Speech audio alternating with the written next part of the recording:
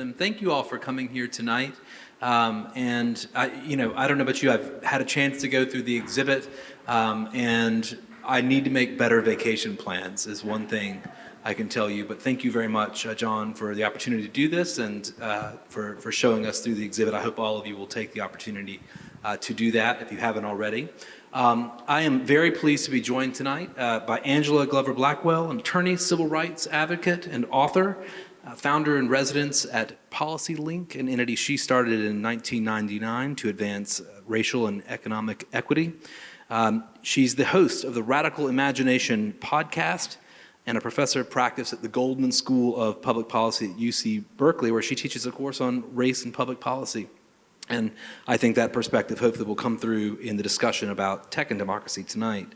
And Gabo Arora, a filmmaker, a VR, AR, AI creator, also a professor at Johns Hopkins University, where he is the founder of a new lab and department dedicated to immersive storytelling, emerging technology, and I'm sure all things related. He's also the UN's first creative director, a position he held. I should mention this week, given it is in fact UN week, and that's probably why a few of you had a little more trouble getting here today.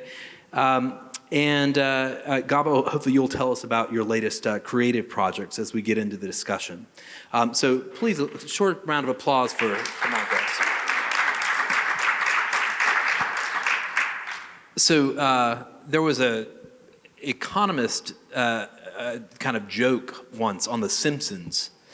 Since I was at The Economist for many years, it stuck out to me that they would make a joke about The Economist. But anyways, Homer is on the airplane, and they're traveling to Europe, I believe, and he finds himself reading a copy of The Economist magazine.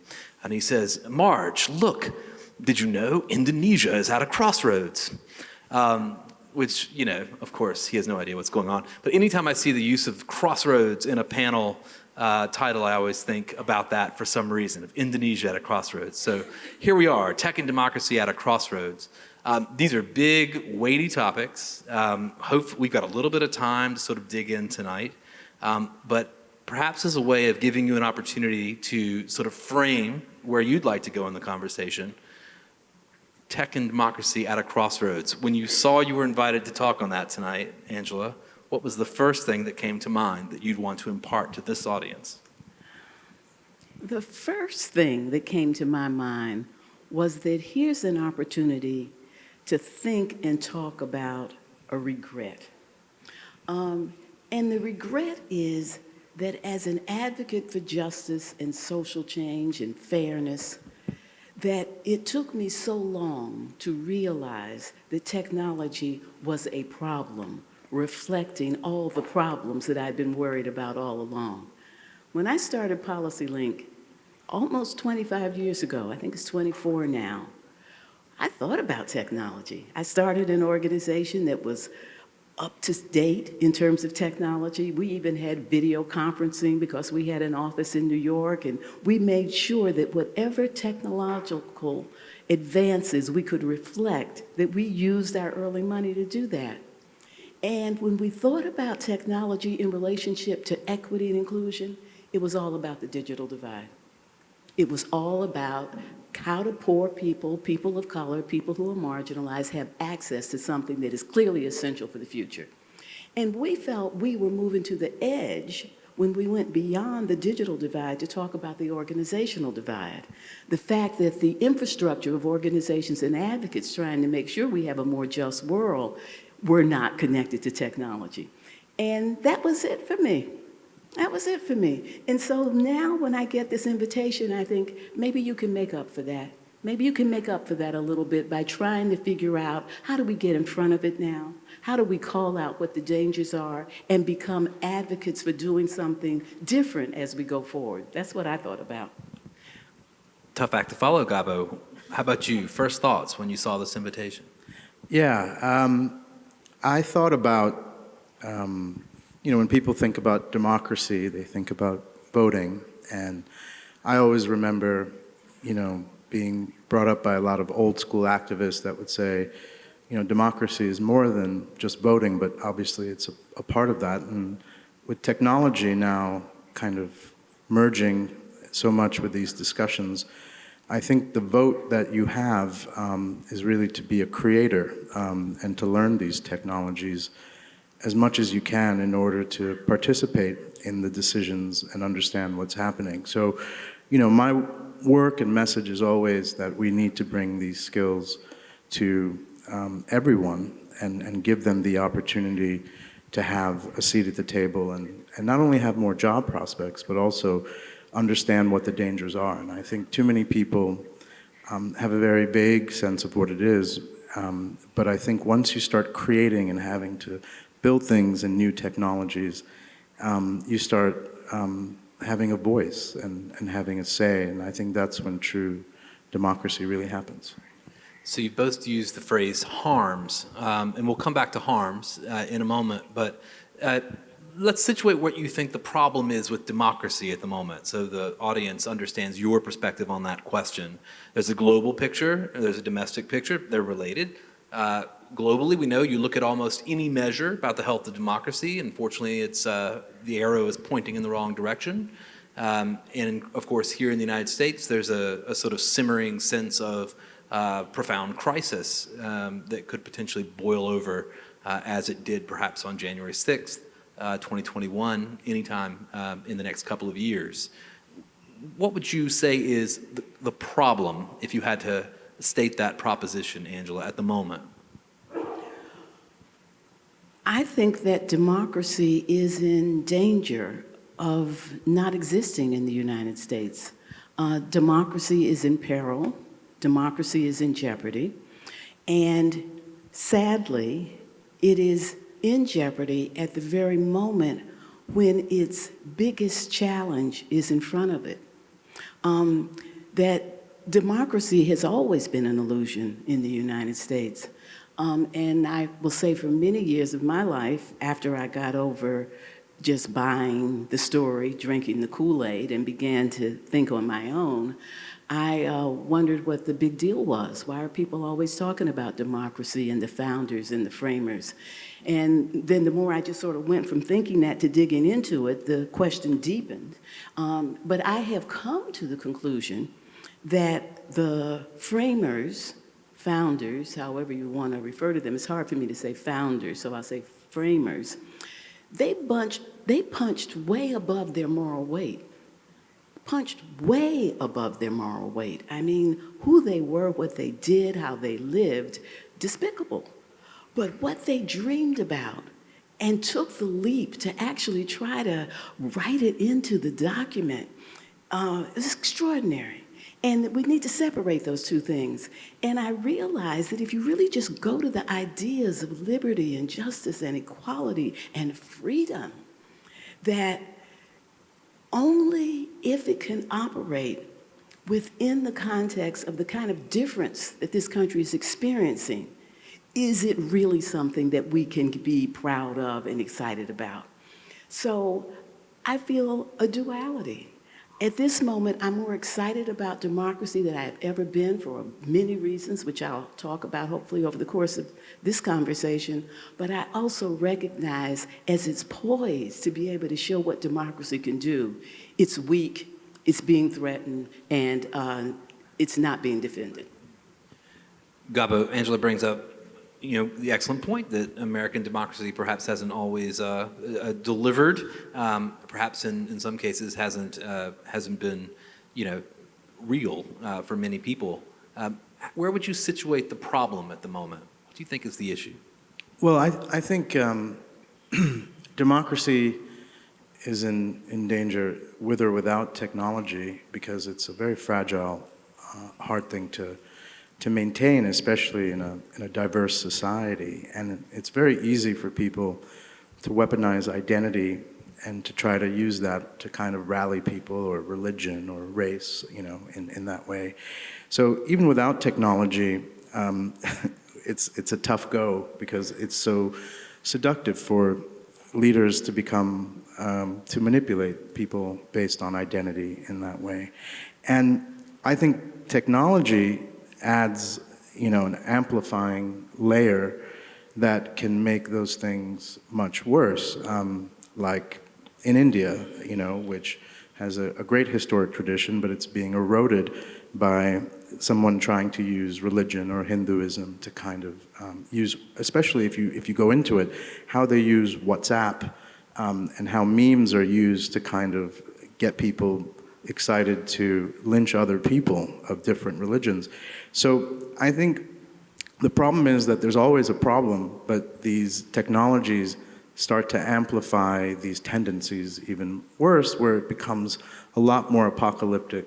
Things move a lot quicker, and things can go bad very fast. And so, but I think in the same way, you know, technology in its original promise has shown there to be participation and respect and connection and empathy, which there are so many examples of. We can't be totally, I don't want to be a total dooms person with it, because in my work, I've just seen how so much of virtual reality can connect you to other people and create empathy. I mean, these things are real, you know, and so I really think that's where the problem is, but that's where also the solution is as well. So in every congressional hearing about tech, some senator is always quick to say, technology has connected the world, it's given us new opportunities, it's empowered activists, it's you know, helped us to understand our identity, et cetera, and yet, and then they get into the harms, right? That happened again last week, multiple tech hearings with CEOs from Facebook, from YouTube, from Twitter, et cetera. But we're beginning to kind of dig in now to some of the specifics, right? We're not just at the crossroads anymore. We're talking about multiracial democracy. We're talking about exacerbating polarization and identitarian concerns. We're talking about the velocity of information on hard to follow and track social media messaging services like WhatsApp, right? All of that's emanating to some extent from Silicon Valley, from a place, right? From an industry on some level that has got a set of values that it's working with at the moment. Do you think at the moment that those values, Silicon Valley's values as we understand them, can be squared with democratic interests? Can they? You want to go first? You want to go first on that one? I interact with them all the time, you know, because of my work in virtual reality and emerging tech. And I do think there's a real awakening and understanding happening. And I think that's what the process is, that we have to engage in dialogue. I know it's difficult, given the broader frameworks are still so unjust and there's so many problems. But, you know, every time I feel like I come up with something that I think they're going to say no to, I think there's a real desire.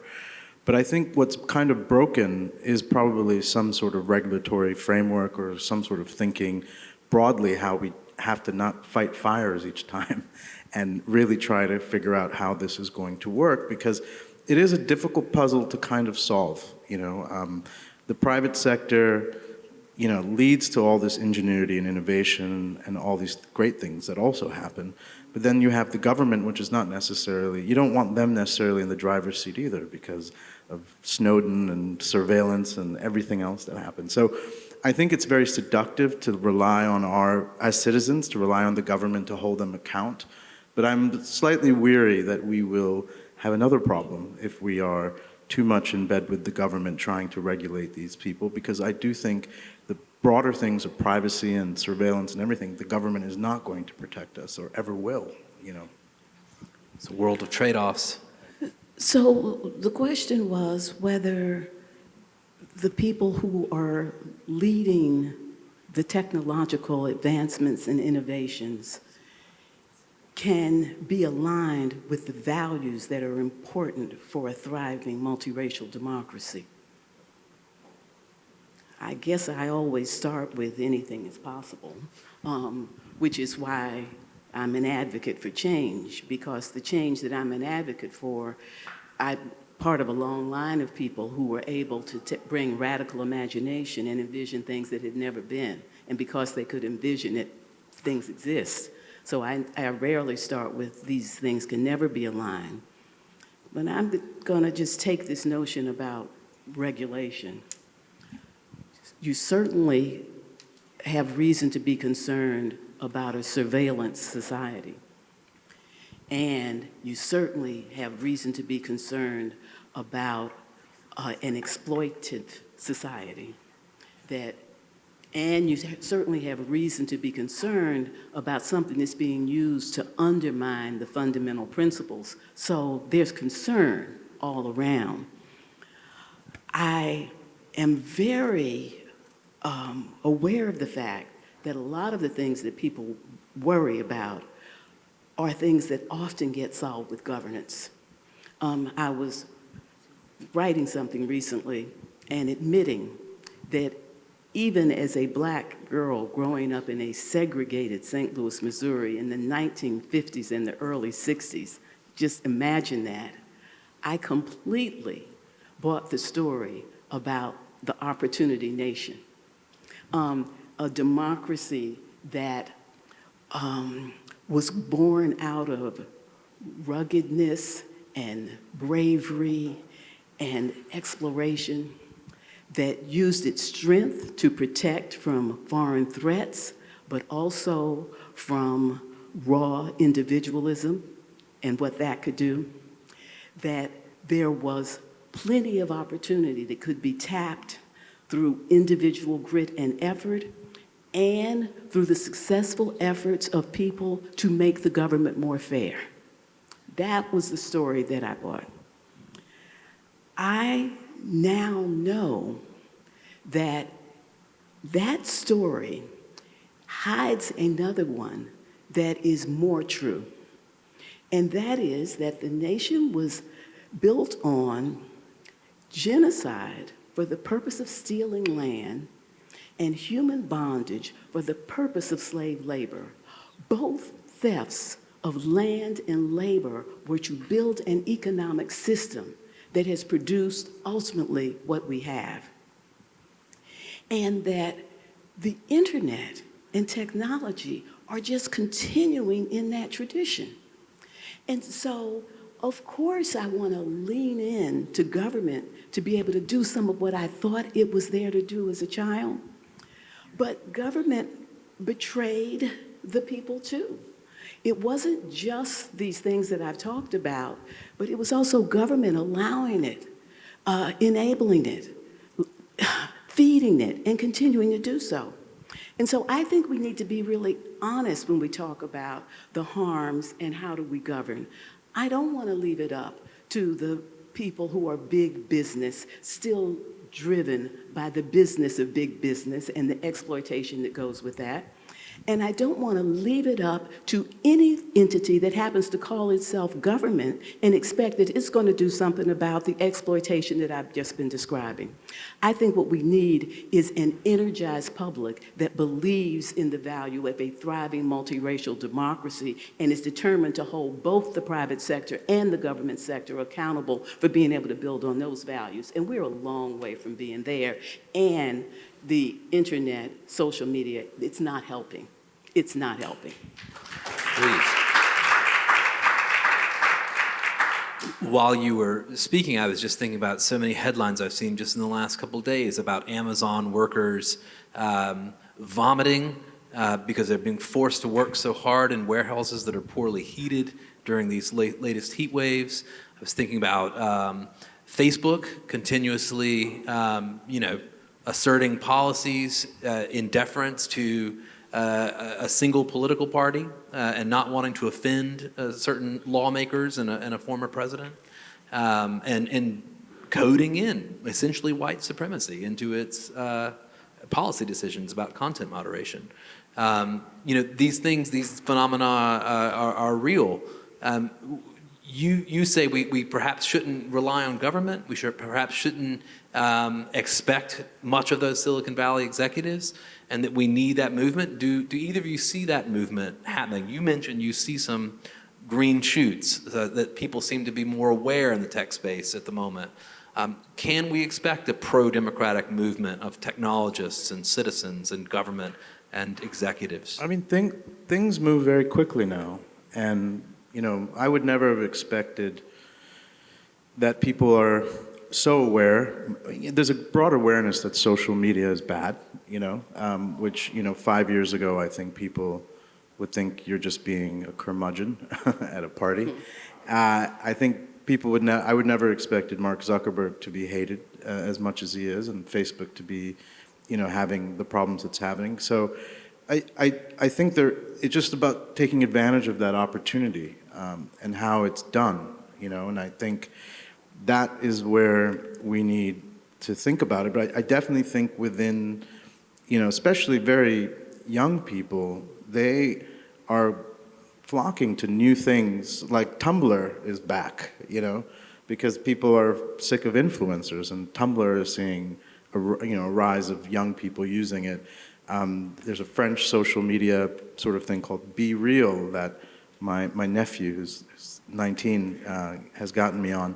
And it's fantastic because it's different and it's not corporatized and everything. So I do think, but it's about how we can, every generation, they are very, very, very hungry.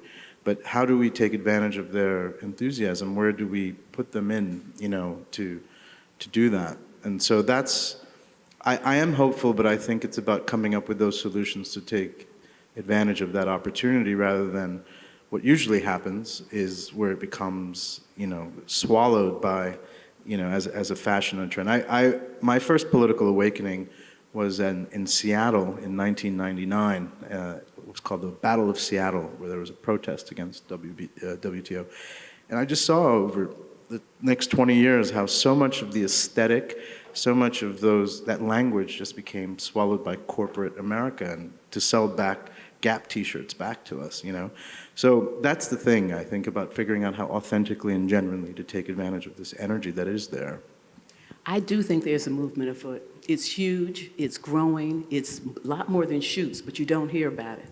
Because if you watch the nightly news, all you'll hear about is the latest thing that's going on in Washington with Trump. You'll hear, that's all you'll hear. You could watch it for 10 straight hours. That's all you would hear. You saw a little... Well, the Queen's funeral also, I think. You saw that too. Yeah, that was, but that'll be gone in a day or two, and they'll get right back. But we had an experience in the summer of 2020, after George Floyd's murder, and the Black Lives Matter movement came to the forefront. It didn't come about because of George Floyd's murder. It had been there. It came about because of Trayvon Martin. It got more steam after Michael Brown was killed. And then, because of so many things, because of COVID, because of lockdown, that people saw something that they wanted to deny, and they couldn't look away, because any place you looked, you saw it again. So it was really just like the civil rights movement in the 60s, when everybody saw the sit-in workers getting hosed down, and it had 3 channels then, but now everything had it.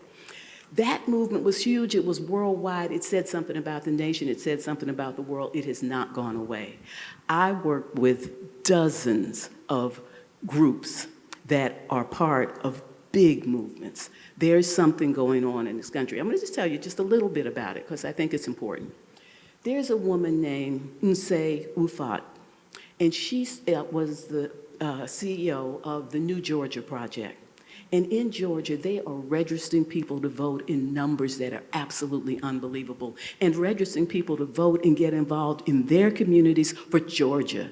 Not just thinking about what's happening with Black people, but Black people stepping up, using their democratic voice for Georgia to make it better. A man named Eric Liu runs something called the Citizens University. He's up in Seattle. And what he does is he helps pull together people who see themselves as different, probably wouldn't be together otherwise, but pulls them together to pick community problems and work through in a way that allows people to build relationships, see the common values, develop shared purpose. Another person I want to point out is the Reverend Dr. Liz Theo-Harris. And she's working with Reverend Barber, helping the Poor People's Campaign. And they are working together for poor people, poor rural people who are white, poor urban people, for poor people. And people are coming together and moving forward. My own colleague, Michael McAfee, I'm not the CEO of PolicyLink anymore. Michael McAfee now holds that job.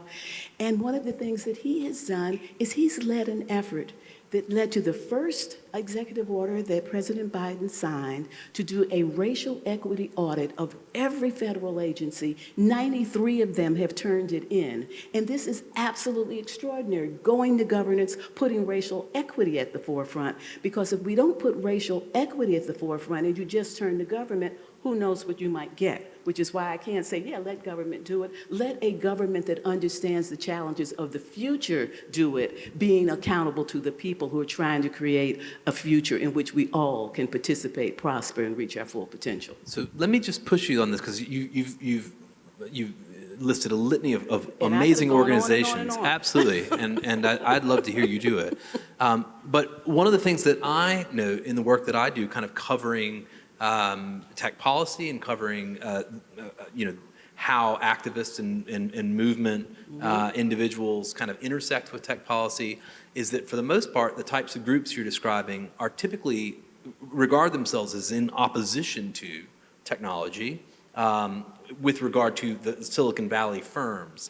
So they're often, part of their platform will be, to counter disinformation or to counter anti-competitive practices or to counter other harms of the tech sector. I have to push back on that because there are groups that want to do that. I might even put myself in that camp of wanting to do that. But Nsé Ufa, that is not what she's doing. She is using technology to do that work in Georgia.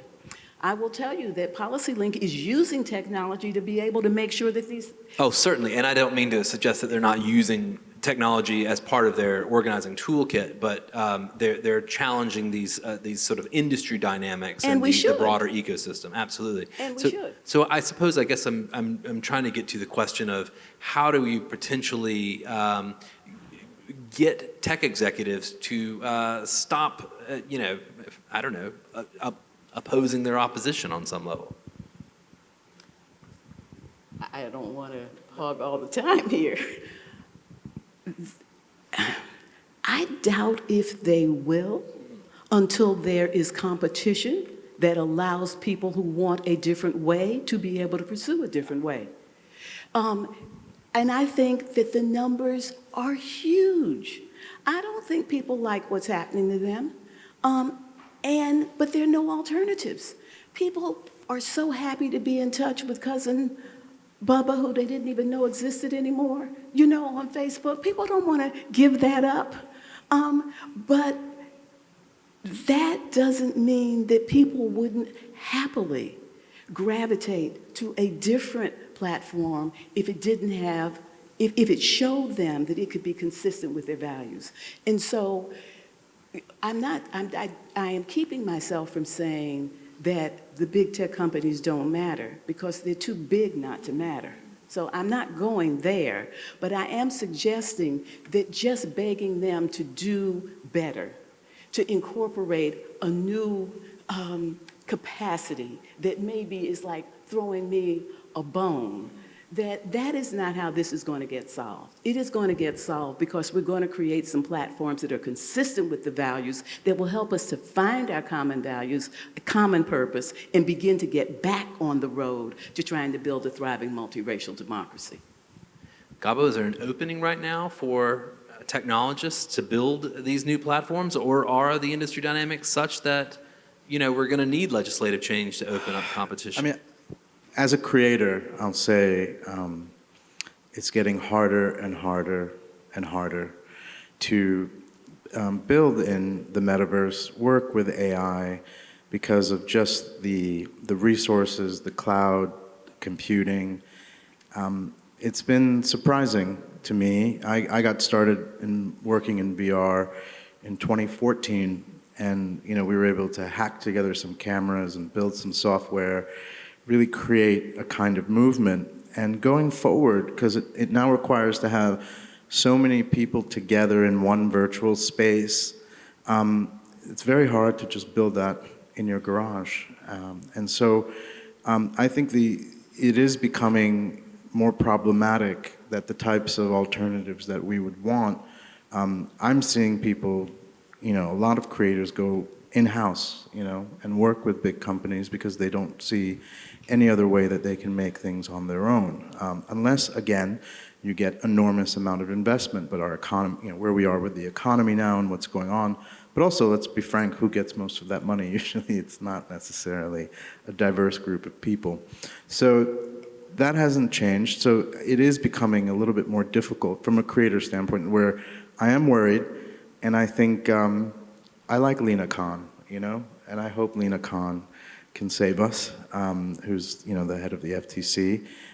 Again, it's relying on the government and everything, but I think about, I travel a lot to find and talk to a lot of engineers around the world, and some of the best engineers I work with are in Finland. And when I go to Finland, it has amazing sauna culture too. It's an amazing country, which I got exposed to, and when I'm there, I'm astounded by the creativity and engineering talent and everything that's there. And they all say that it was a blessing that Nokia failed, because Nokia didn't exist to compete and bring in all of those engineers in-house. When they broke up, it was like a piñata, and it basically led to all this talent to then start their own companies and to create an innovation, a 15-year innovation cycle that they're still reaping benefits from. So I know for sure in the big tech companies is an enormous, the amount of money that they're paid, there's an enormous amount of talent doing not very important things that if they were released, and then they were given the incentive, we would have like a golden age of technology. So we have to look at, Finland to me was very fascinating in that way.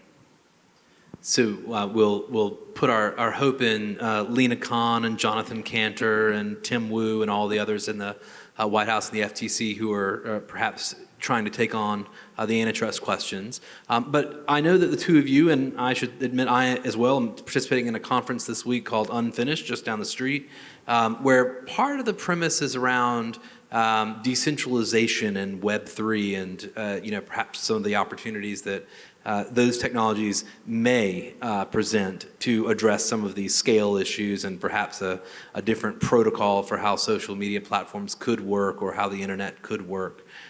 Angela, have you thought a lot about that? Have you put much time into thinking about whether there's some techno-solutionist fix for the internet? If we could have a different protocol and perhaps it would make Mark Zuckerberg go away?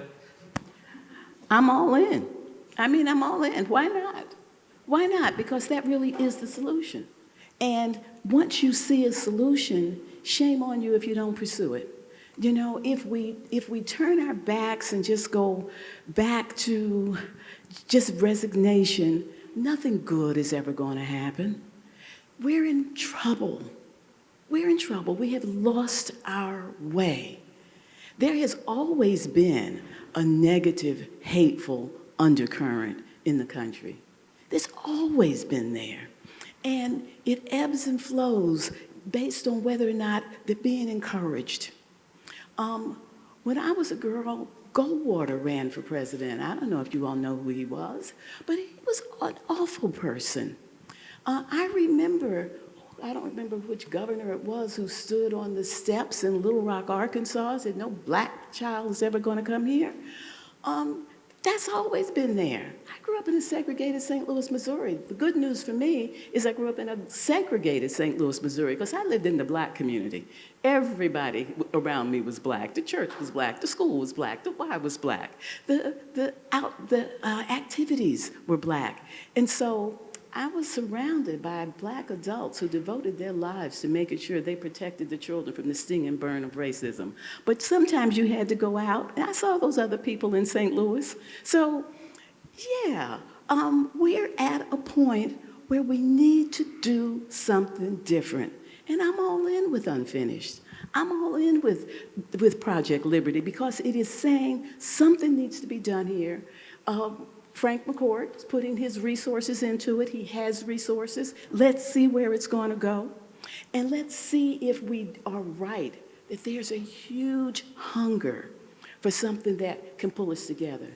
There's a huge hunger for people to be able to meet with their family, to share music, to do their advocacy, to register voters on a platform that is committed to the values that are important in terms of transparency, in terms of fact-based, in terms of accountability. And so we need more of that.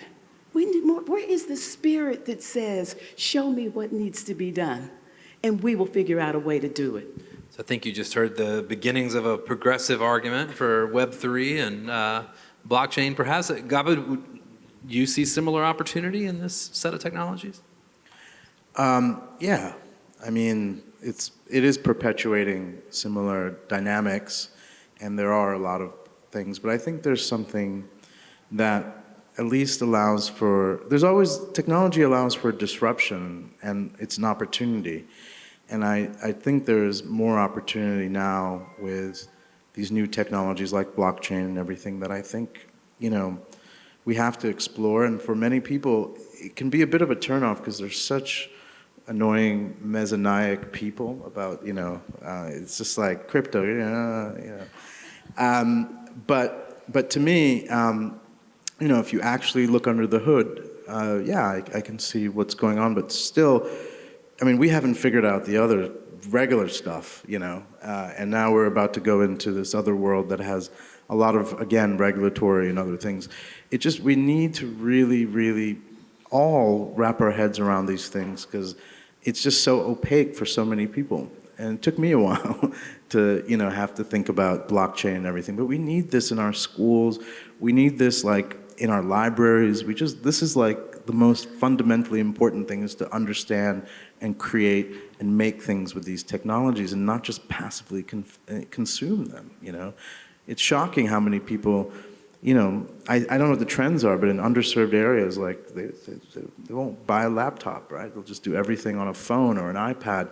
That's not meant to make you a creator. That's meant to kind of stupefy you in passive consumption, and it's terrible. I think that's one of the themes we could take out of this art exhibit that we're sitting inside right now. Let me ask you about that, because there is a sort of another movement afoot which basically says, turn the damn things off. Let's make sure we're, putting tech away as much as possible and perhaps engaging one-on-one, as we're happy and lucky to be able to do again here. Do you put much stock in that opportunity to perhaps unplug a bit? I really am not for going backwards. That is not what I put out when I think about how we want to live in the world. I think we need to go forward, and we need to take things that can help us to do it in ways that are more equitable with us and put it into good use.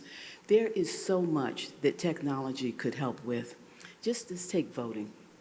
That if we understand how important it is for people to have access to voting and to make it as easy as possible for people to be able to have their voices heard. Technology could be so useful in that. People are trying to go backwards. They're going to go back to making people have to recite the Constitution in order to be able to vote. They used to do that in the South. You'd have to tell you how many jelly beans were in a jar. People are going backwards. We need to go forwards. We need to think about how hard it is to build a thriving multiracial democracy. To build a thriving multiracial democracy means that we have to find ways for people who have been left behind historically and right up to the present in ways that are profound. We have to put it on speed up. We don't have forever. We know we don't have forever in terms of the climate. We don't have forever in terms of thriving multiracial democracy. We don't have forever in terms of economic equity and a just economy. Technology could be so helpful. I'm amazed at what it can do. But we're not using it in that way. We're using it in ways that make money, and people have figured out they make more money if they tap into your excitement. And it seems that our anger and outrage is more exciting in us than our problem-solving skills. We get a bigger bang out of being angry and making somebody feel bad than solving a problem. This is just what we've allowed to happen. So no, I'm not for put it all away, get rid of technology. I don't think kids need to be on it all day. I think that we need to have something that if children are using, it's an extension of what is happening for them. That's my view. And we've seen good legislation in California. Some would argue good legislation in California on that subject, where you're from. Gabo? You know, when I was in high school, I grew up in New York, in Queens, and I got into some trouble, and I was banished to New Jersey, to the suburbs, and my uncle's house. And I started watching a lot of television, you know, an enormous amount, and it was doing bad things to me. And I was like in my uncle's back seat, and I saw a bumper sticker that said, "Kill your television," you know? And I was like, wow, you know, maybe I'll stop, you know? And I will say, it led to like a profound awakening in me. And I was really like able, like I know this is connected a little bit with David Lynch and mindfulness and everything, but in a way it kind of allowed, I think there is something there that I think these things allowed me to explore the Neil Postman and about what TV was doing to me. And I think there's a lot of parallels between that anti-television movement and the anti-social media movement. And I know we can't totally give it away, but I do think if you do disconnect, you do come back to it in a very different way, you know? And that's what's beautiful about all these things. They're very bad, but they're all like a kind of Maya illusion that some way can give you a deeper sense of who you are. And so I'm for doing that. I love Jaron Lanier's book, 10 Arguments for Why You Should Give Up Social Media. I dare you to read that and not have you kind of feel dirty each time you go on social media after that. And it's good, and he's great. And I think, so I know we can't go back, but I do think it allows for a kind of mindfulness and a different thing that I had when I was younger. So I actually agree with that. I do think that social media has more negatives than positives. I was actually going beyond social media in my comment because I think there are many uses of technology other than social media that we need to be exploring. Within the context of social media, I actually can't tell you what the good things would be because I'm not in it at all. But I imagine that there are things there that could be useful if we didn't have this addiction that has happened that is really negative no matter which way you look at it. The addiction is wrong. So we're going to open it up for some audience questions in just a couple of minutes. But I'm going to ask just one, and maybe sort of cast our minds forward question before we do that.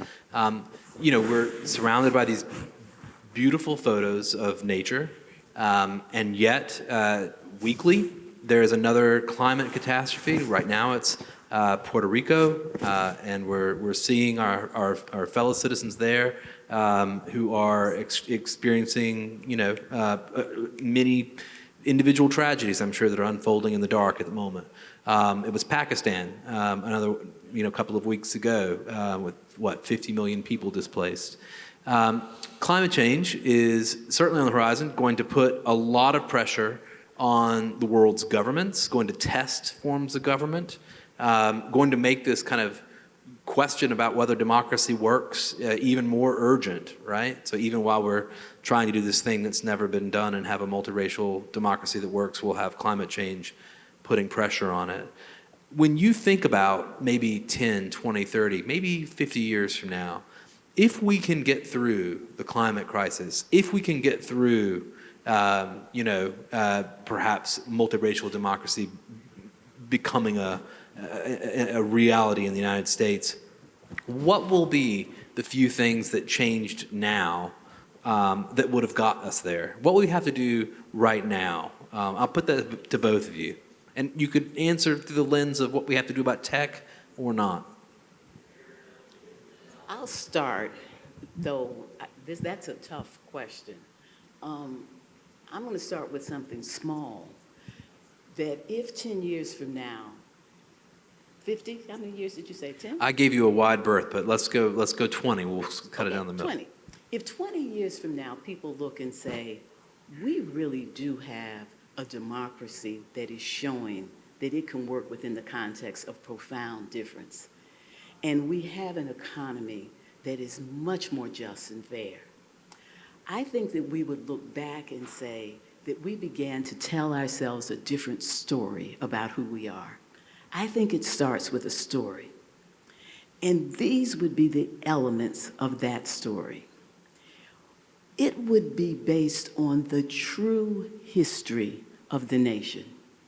Not a whitewashed one, not a distorted, gauzy one, but the real history. And people could take that history because they would be using it to move forward.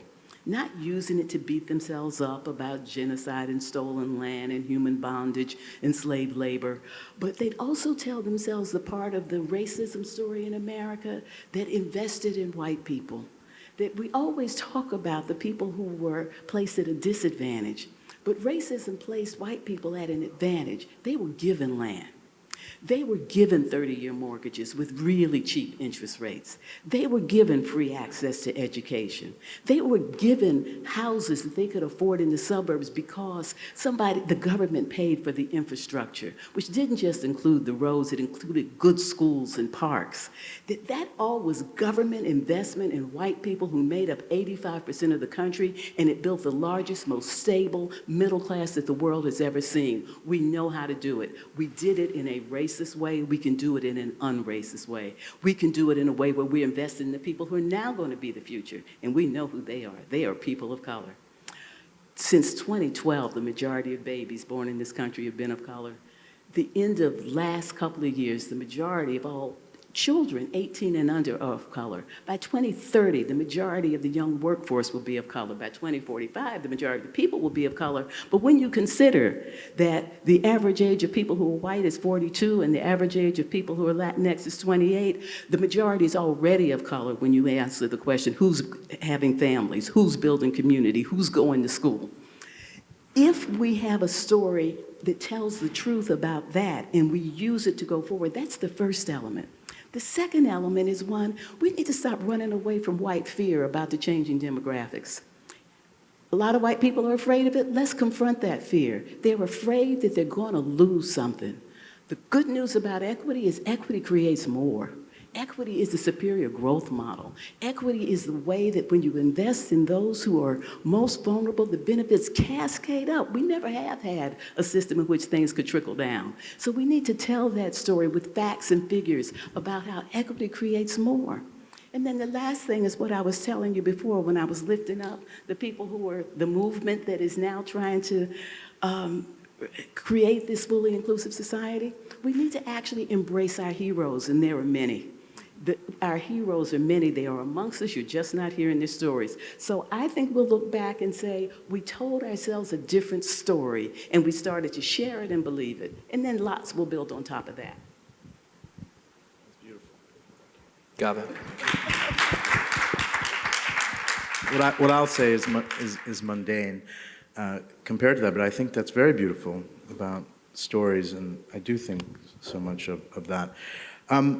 Yeah, I mean, I know there's the macro horrible things happening, you know, but it's so easy to be ahistorical. I'm very, I've seen so much change in my life, you know, and I'm not from the same experience, but, you know, my father came here in 1970 as a very dark-skinned Indian who didn't speak English very well, worked in a candy store, and he could never find vegetarian food. And if he was alive and he saw all the options, I mean, my God. You know, so, you know, I think there's just, I know that's like a trivial example, but it's like really like the cultural shifts that happen in this country, again, in very short amount of time, that radically transform things, you know. I would never have imagined, you know, gay marriage.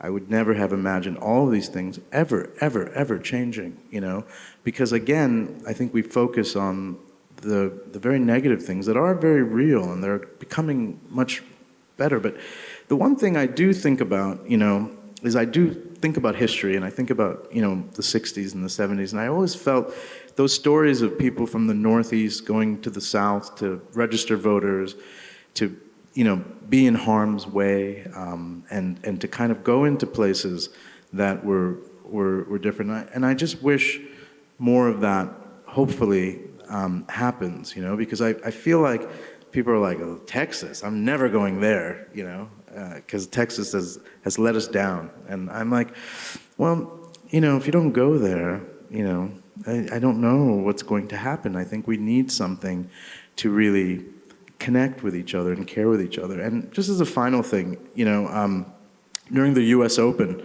I'm kind of a weird person, when I like to read books on when something is happening. In the sauna, right? Yeah, in the sauna. And I read Andre Agassi's autobiography, which is quite powerful. And, he started these schools for underprivileged kids. And there was an interview of his where they said, so were you underprivileged? Were you poor, like your father? Like, what's the story? And he was like, no, I was actually quite privileged. But if you just stop and think about it, you'd realize you just need to do something, And I think there's all this thing where you have to be from that experience, of course, but imagination, storytelling, empathy, that's where it comes from. Without imagination, there is no empathy, and what you said about the story is so beautiful, so beautiful. Thank you. So we won't forget that technology helps us to do that, right? So are there questions in the audience? I'm not sure if I'm meant to pass the mic, or I think there's one being passed. So give 1 second, sir, and this microphone will come to you so you can be recorded when you ask your question. I think right here. I think. Oh. No, I think it was here. Who's first? Sorry. My question is, do you believe we live in a democracy?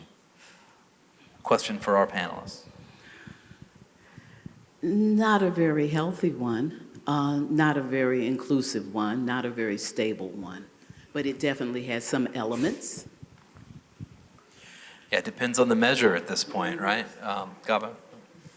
Yes, we live in a democracy, but again, I think it's where it is, but we can't, in America, we're very isolated and inward, but if we compare us with the rest of the world, I do think it's easy to just think we don't live in a democracy. There's still so many things that are there that aren't there in most places. And I know that sounds like a conservative answer, but I think we should work to preserve and cherish what people before us have worked hard to fight for and build. So I do think we do. I do agree, I think it's in rapid danger, and I do think technology is probably going to hurt it. So that's what we have to really think about more.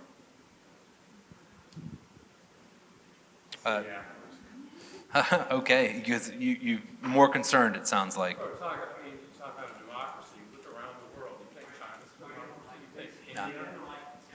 Yeah. So Do you think China sense, or India is a democracy? Have you ever been there? Have you spent much time there? I've been to both places. I have a second home in India, actually. Yeah. Well, do you think that's a democracy, the caste system and the way people do things and do things to people? I mean, it's Just let me a finish. democracy. And compare that to what we have in this country. Yeah, I think there are different types, but I mean, India has, it's having a problem, but there are real sort of benefits made in the past 60, 70 years in their democratic process. I mean, when people vote there, on one day, more people are voting than anywhere in the world. I mean, it's unbelievable. That's democracy. I mean, there are all these different definitions of it.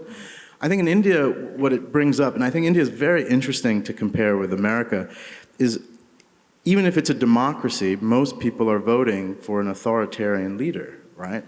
And that probably can happen here as well, and maybe it did, in 2016. So I think that is the danger also of just thinking of democracy, in those types of rules. The reason Pakistan exists is because they didn't think, a lot of Muslims didn't feel a democracy was going to look after the rights of a minority. So we have to always think, what are we doing to make people who are not in the majority feel comfortable, So it can be a democracy and it can be a terrible place, And that's where India is kind of showing what it's doing. Yeah, I don't know if you would agree, but I also would suggest that our democracy is far more healthy, of course, than in India at the moment. And most international measures would suggest that's true, despite how, but we'll take it up afterwards. We'll get in a couple more questions here. Is there another one right here? Yeah? Hey there. Thanks so much for the talk.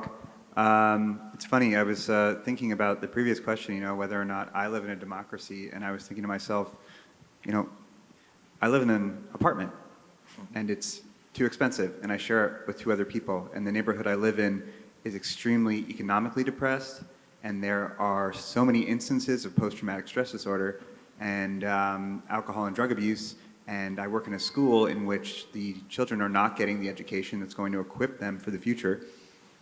So that's one thing. The other thing I was thinking about is, my trust for organizations is depleted pretty much at this point. Nonprofits, corporations, and the government. So we spent all this time trying to fix things from the inside, the framers of this country, who my fun name for them is venture colonists.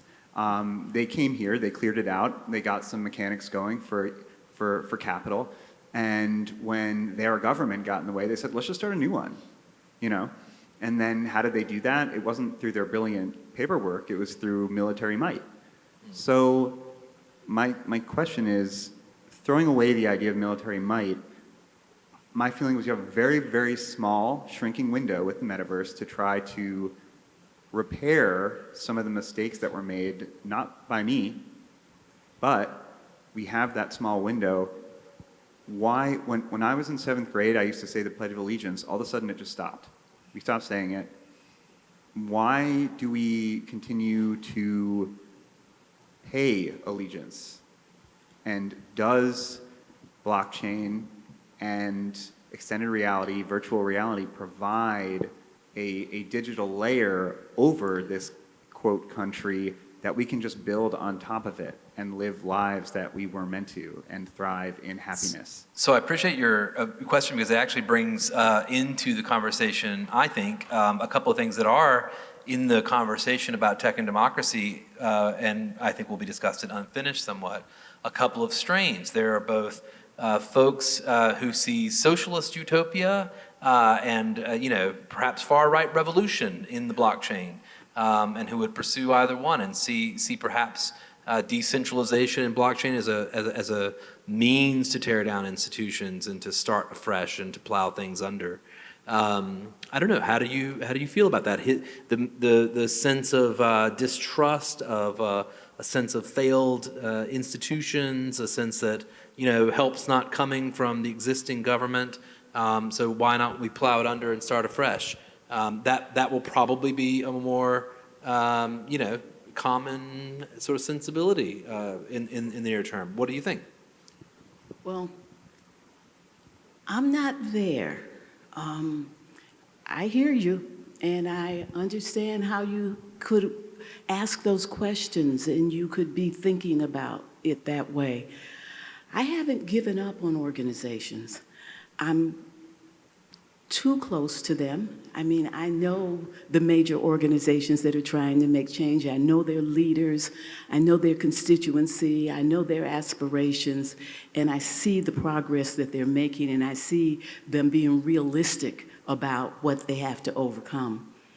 I've even been in conversations with CEOs of major corporations, and while I'm never naive in those conversations because I know what drives them, I can appreciate the humanness of those who want to do something different, who want to find the edge within the constraints that they feel. And where we are is so far from the edge of inclusion and fairness and justice. There is progress that can be made. And so I'm not there, but I understand what you're saying perhaps too well. I mean, there are days when I'm there, I gotta tell you, but I'm not there tonight, and I haven't been there recently because I've been really energized by the people who have been spending time with, who are determined to make progress, and I see lots of progress that can be made. Yeah, I mean, I came from a different way where I started, I was 18 when the Unabomber manifesto was published in the newspapers. And, when you're 18, you're looking for crazy stuff. And I read it, and I was like, whoa, like, technology is not the answer. Technology is horrible. And surprisingly, now I'm really into technology, and so I think it's because I think you just have to be humble to the surprises that life can throw your way, and you might feel that way now about how those things are, but you might one day meet someone at an organization or at a government or something and be like, oh my God, what's happening to me? I'm into this, you know? So I just say, I agree with you, and I think it's very valid what you say, and I could see how you would feel that way, because I feel that way. We feel an unease, and I channel that into anti-technology, and I still go to sleep by turning my Wi-Fi router off. I mean, I do that. I'm one of those people. So, you know, I think just be open and humble to being surprised by some of the other things that could maybe inspire you. But I 100%, I think basically you're probably right, and I think more people are going to feel that way, and that's where we really have to get this right, because it's not a wrong analysis, you know. Yeah, I think the tension you're pointing out is something a lot of people feel. Yeah. Got another question Yes. from the artist here, so we'll point to him, and then I'll come to you. Hi. So first I'm going to start with a sentence that I like, which is, I feel the one thing standing in the way of American freedom is American freedom. And I would just put like a trademark next to that, right? American freedom trademark is an image. People are devoted to that image. And now on the side, I'm going to say, we talk about democracy and government, and it's this really big sort of thing. It's this big organism, and it evolves and it changes. I think for me the question is, how much are you living in a democracy? And what I mean by that is, in you, how much in you is democratic? If democracy has anything to do with freedom, which I think it does, then it inevitably has everything to do with responsibility as well. One who has not reached or accepted what that responsibility is going to consume an image, someone else's story. So, and I think this plays along to a comment that was made, I think it was you, Gabo, who said that it's a democracy, but they're choosing a dictatorship. So, until give an infantile nation the freedom of democracy, and they will implement a dictatorship. So, when we look at democracy, I'm wondering, should we begin out there with this big thing? Or should we just be looking at ourselves and saying, am I a democracy? Because I think that directly reflects everything we create around us. So, just offer that. I had the opportunity this summer to read this book, The Dawn of Everything. Have you looked into that one yet? Great. Has anybody? Gabo's telling me about the library he's joined. There, in the first 100 pages of this book, which is a rethink of the sort of thrust of civilization and the typical European narrative of we got farming and then we got democracy and then we invented factories and everything started to get great. It looks more at sort of questions of how indigenous peoples looked at the relationship between themselves and others, freedom. Your comments made me think about that. There's one particular segment where one of the Native American thinkers is talking to European settlers. This is documented in history in the book, and talking about maximizing the freedom of others, and that being the kind of core thing that he was invested in. And not so much thinking about superstructures of decision making and authority and government and governance and the rest of that, but it being more about me having a responsibility to you and to make certain that you're living the best and most sustainable and healthy life that you can lead. Anyway, I wanted to kind of throw that in there, moderator's prerogative, but does his thing make you think of something perhaps that you've read or thought in the past? It made me think of several things. One is that too many people think of democracy as voting and democracy as majority rule, and not of it as a system that allows for the whole to operate with concern for the minority within. That it is a way to be able to make sure that we create a system in which the concerns of those who are most vulnerable actually drive the decision-making. And that we are so connected because of shared value and shared story and shared aspiration and connectedness and relationship that we operate that way.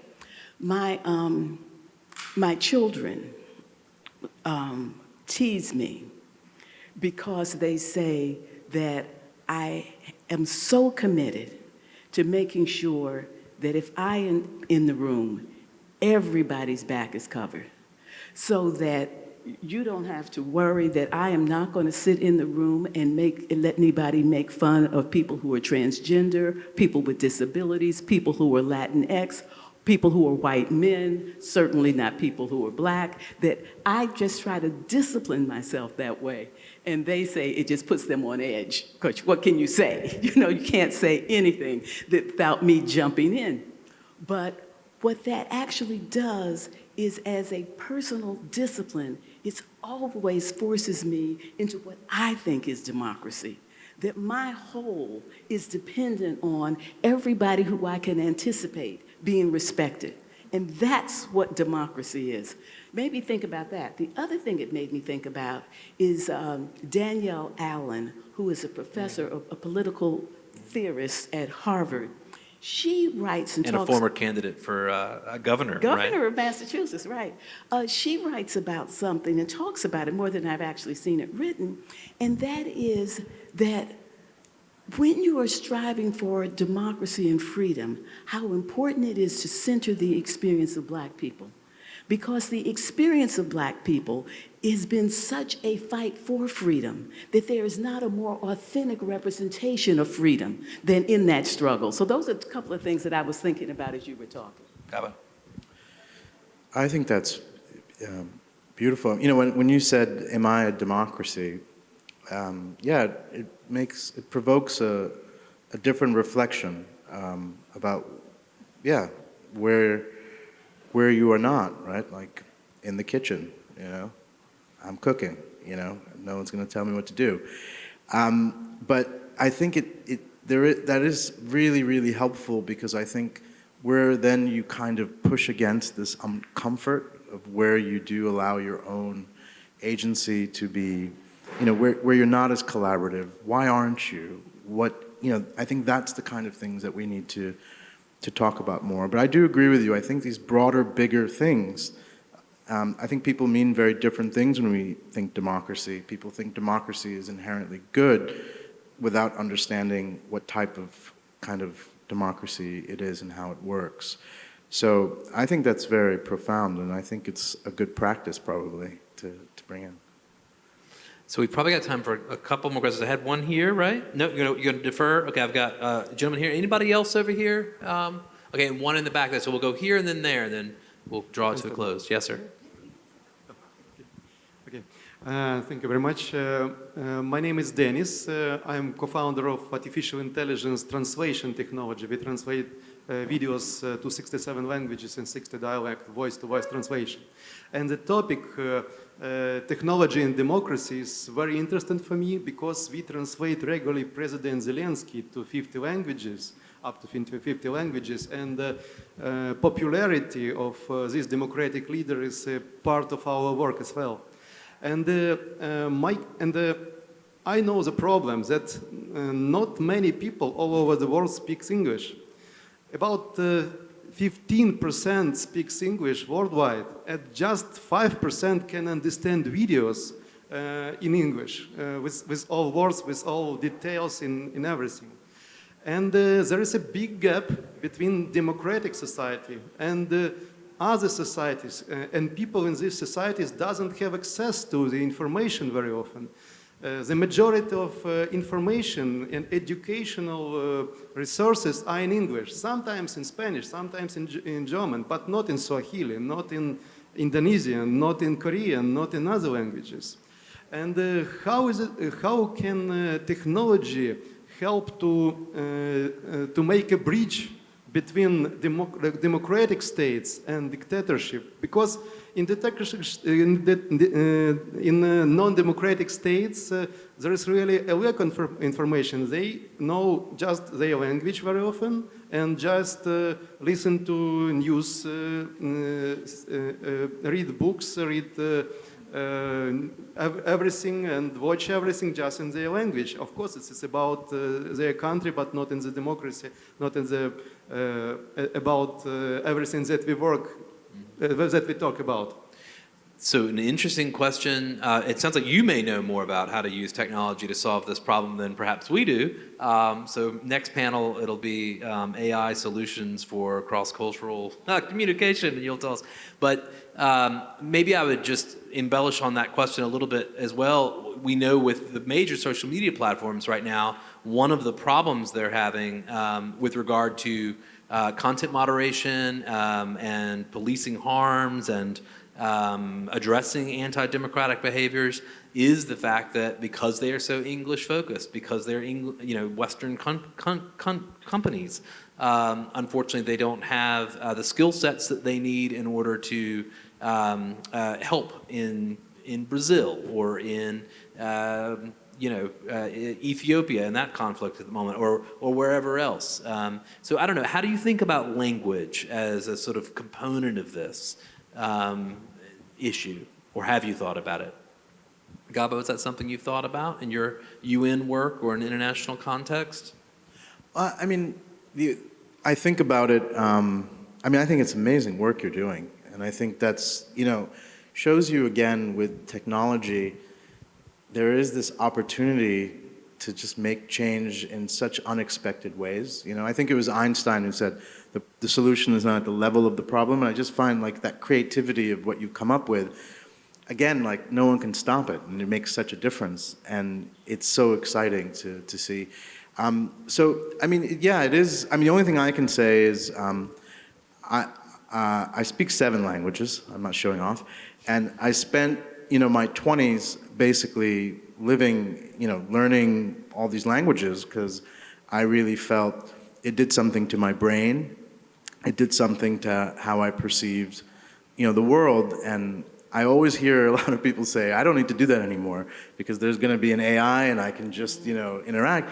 And I'm like, no, I think you're like really losing something, here that's not the point, isn't it? So I think as a technology of philosophy, I've always thought about it that's so utilitarian, that's so endgame. But I think the process of, my first time having to order a cup of coffee in a foreign country because it's just an incredible experience of what it changes us and how it works. So that's the only way. I didn't answer your question. But you raised one for me. What did it do to your brain? It made me feel more like a child. And I think when you have a child's mind, I guess you're more innocent and you're more open, you're more humble. And I think I realized a lot of my own trauma is in English, because that's the language I'm most comfortable in.